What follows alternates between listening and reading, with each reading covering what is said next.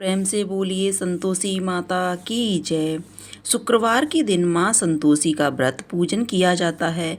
इस पूजा के दौरान माता की आरती, पूजन तथा अंत में माता की कथा सुनी जाती है। एक बुढ़िया थी, उसके 7 बेटे थे। 6 कमाने वाले थे जबकि एक निकम्मा था।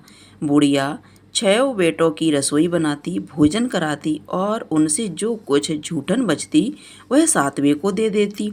एक दिन वह पत्नी से बोला, देखो मेरी माँ मुझ पर कितना प्रेम करती है। वह बोली, क्यों नहीं, सबका झूठा जो तुमको खिलाती है। वह बोला, ऐसा नहीं हो सकता, मैं जब तक आँखों से न देख लूँ मान नहीं सकता। बहू हंसकर बोली, देख लोगे तब तो मानोगे। कुछ दिन बाद त्योहार आया। घर में 7 प्रकार के भोजन और चूरमे के लड्डू बने। वह जांचने को सिर दुखने का बहाना कर पतला वस्त्र सिर पर ओढ़े रसोई घर में सो गया। वह कपड़े में से सब देखता रहा। 6 भाई भोजन करने आए। उसने देखा माँ ने उनके लिए सुंदर आसन बिछाकर नाना प्रकार की रसोई परोसी और आग्रह करके उन्हें जिमाया। वह देखता रहा। 6 भाई भोजन करके उठे तब माँ ने उनकी जूठन थालियों में से लड्डुओं के टुकड़े उठाकर एक लड्डू बनाया।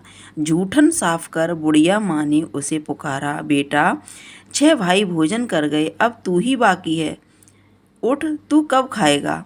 वह कहने लगा, माँ मुझे भोजन नहीं करना, मैं परदेश जा रहा हूँ। माँ ने कहा, कल जाता हो तो आज ही चला जा। वह बोला, हाँ आज ही जा रहा हूँ।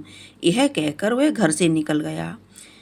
चलते समय पत्नी की याद आई। वह गौशाला में कंडे उपले थाप रही थी। वहाँ जाकर बोला, हम जावे परदेश आवेंगे कुछ काल, तुम रहियो संतोष में धर्म अपनो पाल। जाओ पिया, अब पत्नी कहती है पति से, जाओ पिया आनंद से हमारो सोच हटाए, राम भरोसे हम रहें ईश्वर तुम्हें सहाय। 2 निशानी आपनी देख धरूं मैं धीर, सुधिमते हमारी बिसारियो रखियो मन गंभीर। वह बोला, मेरे पास तो कुछ नहीं, यह अंगूठी है, सो ले और अपनी कुछ निशानी मुझे दे। वह बोली, मेरे पास क्या है, यह गोबर का भरा हाथ है। यह कहकर उसकी पीठ पर गोबर के हाथ की थाप मार दी। वह चल दिया। चलते चलते दूर देश पहुंचा। वहाँ एक साहूकार की दुकान थी। वहाँ जाकर कहने लगा, भाई मुझे नौकरी पर रख लो। साहूकार को ज़रूरत थी। बोला, रह जा। लड़के ने पूछा, तनख्वाह क्या दोगे। साहूकार ने कहा, काम देखकर दाम मिलेंगे। साहूकार की नौकरी मिली। वह सुबह 7 बजे से 10 बजे तक नौकरी बजाने लगा। कुछ दिनों में दुकान का सारा लेन देन, हिसाब किताब, ग्राहकों को माल बेचना, सारा काम करने लगा। साहूकार के 7-8 नौकर थे। वे सब चक्कर खाने लगे, यह तो बहुत होशियार बन गया। सेठ ने भी काम देखा और 3 महीने में ही उसे आधे मुनाफे का हिस्सेदार बना लिया। वह कुछ वर्ष में ही नामी सेठ बन गया और मालिक सारा कारोबार उस पर छोड़कर चला गया। इधर उसकी पत्नी को सास ससुर दुख देने लगे। सारी गृहस्थी का काम करा के उसे लकड़ी लेने जंगल में भेजते।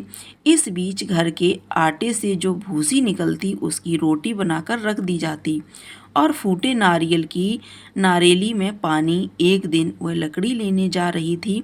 रास्ते में बहुत सी स्त्रियां संतोषी माता का व्रत करती दिखाई दी।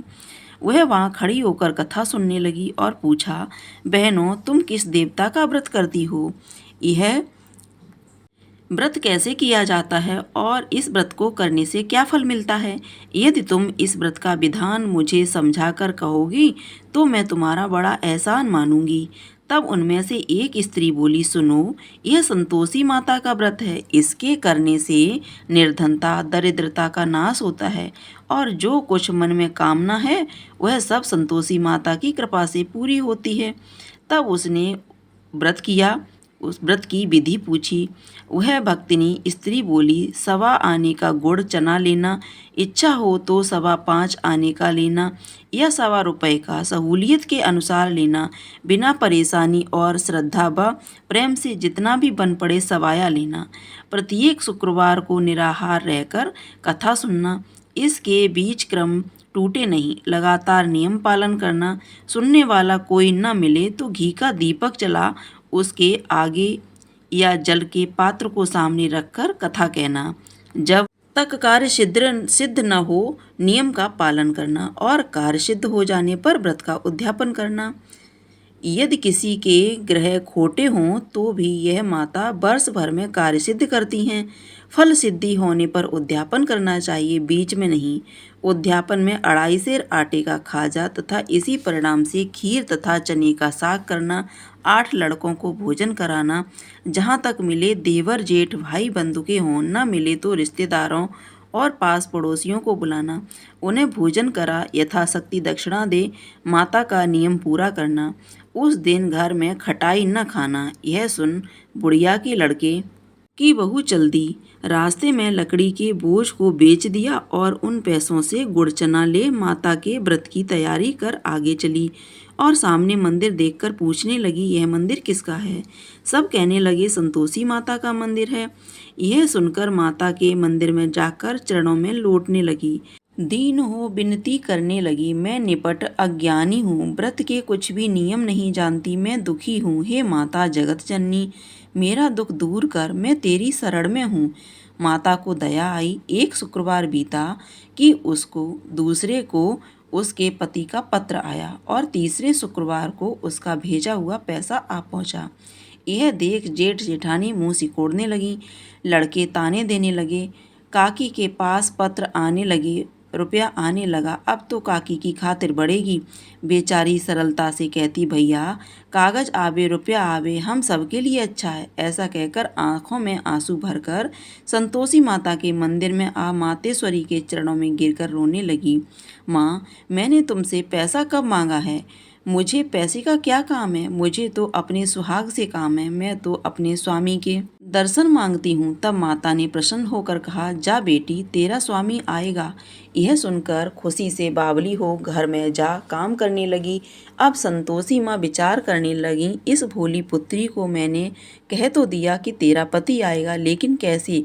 वह तो इसे स्वप्न में भी याद नहीं करता, उसे याद दिलाने को मुझे ही जाना पड़ेगा। इस तरह माता जी उस बुढ़िया के बेटे के पास जा स्वप्न में प्रकट हो कहने लगी, साहूकार के बेटे सो रहा है या जागता है? वह कहने लगा, माता सोता भी नहीं जागता भी नहीं हूँ, कहो क्या आज्ञा है? माँ कहने लगी, तेरे घर बार कुछ नहीं है? वह बोला, मेरे पास सब कुछ है, माँ बाप हैं, बहू है, क्या कमी है? माँ बोली, भोले पुत्र, तेरी बहू घोर कष्ट उठा रही है, तेरे माँ बाप उसे परेशानी दे रहे हैं, वह तेरे लिए तरस रही है, तू उसकी सुध ले। वह बोला, माता जी यह तो मालूम है, परंतु जाऊं तो कैसे? परदेश की बात है, लेन देन का कोई हिसाब नहीं, कोई जाने का रास्ता नहीं आता, कैसे चला आऊं? माँ कहने लगी, मेरी बात मान, सवेरे नहा धोकर संतोषी माता का नाम ले, घी का दीपक जला, दंडवत कर दुकान पर जा बैठ। देखते ही देखते सारा लेन देन चुक जाएगा, जमा का माल बिक जाएगा, सांझ होते होते धन का भारी ढेर लग जाएगा। अब बुढ़िया की बात मानकर वह नहा धोकर संतोषी माता को दंडवत घी का दीपक जला दुकान पर जा बैठा। थोड़ी देर में देने वाले रुपया लाने लगे, लेने वाले हिसाब लेने लगे। कोठे में भरे सामान के खरीदार नकद दाम दे सौदा करने लगे। शाम तक धन का भारी ढेर लग गया। मन में माता का नाम ले चमत्कार देख प्रसन्न हो घर ले जाने के वास्ते गहना कपड़ा सामान खरीदने लगा। यहाँ काम से निपट तुरंत घर को रवाना हुआ। उधर उसकी पत्नी जंगल में लकड़ी लेने जाती, लौटते वक्त माताजी के मंदिर में विश्राम करती। वह तो उसके प्रतिदिन रुकने का स्थान जो ठहरा। धूल उड़ती देख वह माता से पूछती है, हे माता, यह धूल कैसी उड़ रही है? माता कहती हैं, हे पुत्री, तेरा पति आ रहा है, अब तू ऐसा कर, लकड़ियों के 3 बोझ बना, एक नदी के किनारे रख और दूसरा मेरे मंदिर पर व तीसरा अपने सिर पर। तेरे पति को लकड़ियों का गट्ठर देख मोह पैदा होगा, वह यहाँ रुकेगा, नाश्ता पानी खाकर माँ से मिलने जाएगा।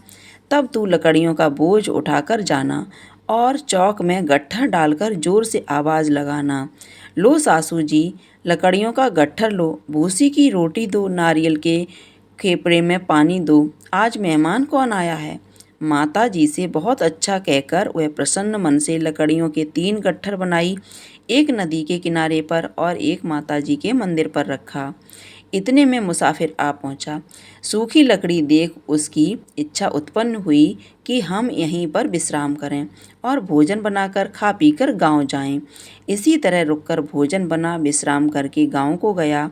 सबसे प्रेम से मिला। उसी समय सिर पर लकड़ी का गट्ठर लिए वह उतावली सी आती, लकड़ियों का भारी बोझ आंगन में डालकर जोर से 3 आवाज़ देती है, लो सासू जी लकड़ियों का गट्ठर लो, भूसी की रोटी दो, आज मेहमान कौन आया है। यह सुनकर उसकी सास बाहर आकर अपने दिए हुए कष्टों को भुलाने हेतु कहती है, बहू ऐसा क्यों कहती है, तेरा मालिक ही तो है आया है, आ बैठ, मीठा भात खा, कपड़े गहने पहन। उसकी आवाज़ सुन उसका पति बाहर आता है, अंगूठी देख व्याकुल हो जाता है।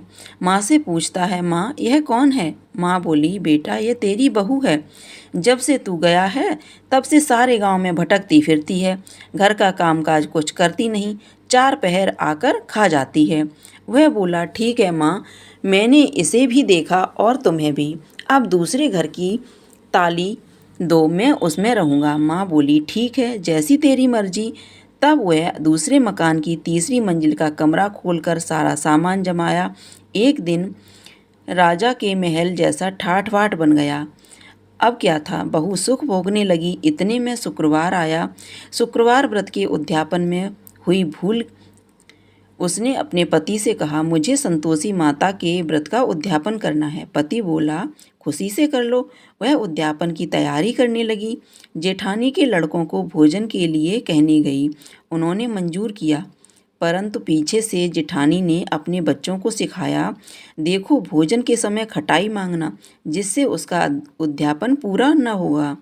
लड़के जीमने आए, खीर खाना पेट भरकर खाया, परंतु बाद में खाते ही कहने लगे, हमें खटाई दो, खीर खाना हमको नहीं भाता, देखकर अरुचि होती है। वह कहने लगी, भाई खटाई किसी को नहीं दी जाएगी, यह तो संतोषी माता का प्रसाद है। लड़के उठ खड़े हुए बोले, पैसा लाओ। भोली बहू कुछ जानती नहीं थी, उन्हें पैसे दे दिए। लड़के उसी समय हट करके इमली खटाई ले खाने लगे। यह देखकर बहू पर माताजी ने कोप किया। राजा के दूत उसके पति को पकड़ ले गए। जेठ जेठानी मनमाने वचन कहने लगे, लूट लूट कर धन इकट्ठा कर लाया है, अब सब मालूम पड़ जाएगा, जब जेल की मार खाएगा। बहू से यह सहन नहीं हुए। रोती हुई माताजी के मंदिर गई, कहने लगी, हे माता तुमने क्या किया, हंसाकर अब क्यों रुला दिया। भक्तों को रुलाने लगी। माता बोली, बेटी तूने उद्यापन करके मेरा व्रत भंग किया है। वह कहने लगी, माता मैंने कुछ अपराध नहीं किया, मैंने तो भूल से लड़कों को पैसे दे दिए थे, मुझे क्षमा करो, मैं फिर तुम्हारा उद्यापन करूंगी। माँ बोली, अब भूल मत करना। वह कहती है, अब भूल नहीं होगी, अब बताओ वे कैसे आवेंगे। माँ बोली, जा पुत्री, तेरा पति तुझे रास्ते में आता मिलेगा। वह निकली, राह में पति आता मिला। वह पूछी, कहाँ गए थे। वह कहने लगा, इतना धन जो कमाया है उसका टैक्स राजा ने मांगा था, वह भरने गया था। वह प्रसन्न हो बोली, भला हुआ, अब घर को चलो। कुछ दिन बाद फिर शुक्रवार आया। वह बोली, मुझे फिर माता का उद्यापन करना है। पति ने कहा, करो। बहू फिर से जेठ के लड़कों को भोजन को कहने गई। जेठानी ने 1-2 बातें सुनाई और सब लड़कों को सिखाने लगी, तुम सब लोग पहले ही खटाई मांगना। लड़के भोजन से पहले कहने लगे, हमें खीर नहीं खानी, हमारा जी बिगड़ता है, कुछ खटाई खाने को दो। वह बोली, खटाई किसी को नहीं मिलेगी, आना हो तो आओ। वह ब्राह्मण के लड़के लाकर भोजन कराने लगी। यथाशक्ति दक्षिणा की जगह एक एक फल उन्हें दिया। संतोषी माता प्रसन्न हुई। संतोषी माता की कृपा होते ही 9वें मास में उसके चंद्रमा के समान सुंदर पुत्र प्राप्त हुआ। पुत्र को पाकर प्रतिदिन माता जी के मंदिर को जाने लगी। माँ ने सोचा, यह रोज आती है, आज क्यों न इसके घर चलूं। यह विचार कर माता ने भयानक रूप बनाया। गुड़ चने से सना मुख, ऊपर सूंड के समान होठ, उस पर मक्खियां भिनभिना रही थीं। दहली पर पैर रखते ही उसकी सास चिल्लाई, देख रे कोई चुड़ैल डंकिनी चली आ रही है, लड़को इसे भगाओ नहीं तो किसी को खा जाएगी। लड़के भगाने लगे, चिल्लाकर खिड़की बंद करने लगे। बहू रोशनदान से देख रही थी। प्रसन्नता से पगली बन चिल्लाने लगी, आज मेरी माताजी मेरे घर आई हैं। वह बच्चे को दूध पीने से हटाती है। इतने में सास का क्रोध फट पड़ा। वह बोली, क्या उतावली हुई है, बच्चे को पटक दिया। इतने में माँ के प्रताप से लड़के ही लड़के नजर आने लगे। वह बोली, माँ, मैं जिसका व्रत करती हूँ यह वही संतोषी माता हैं। सबने माता जी के चरण पकड़ लिए और विनती कर कहने लगे, हे माता, हम मूर्ख हैं, अज्ञानी हैं, तुम्हारे व्रत की विधि हम नहीं जानते। व्रत भंग कर हमने बड़ा अपराध किया है। जग माता, आप हमारा अपराध क्षमा करो। इस प्रकार माता प्रसन्न हुई। बहू को प्रसन्न हो जैसा फल दिया वैसा माता सबको दें।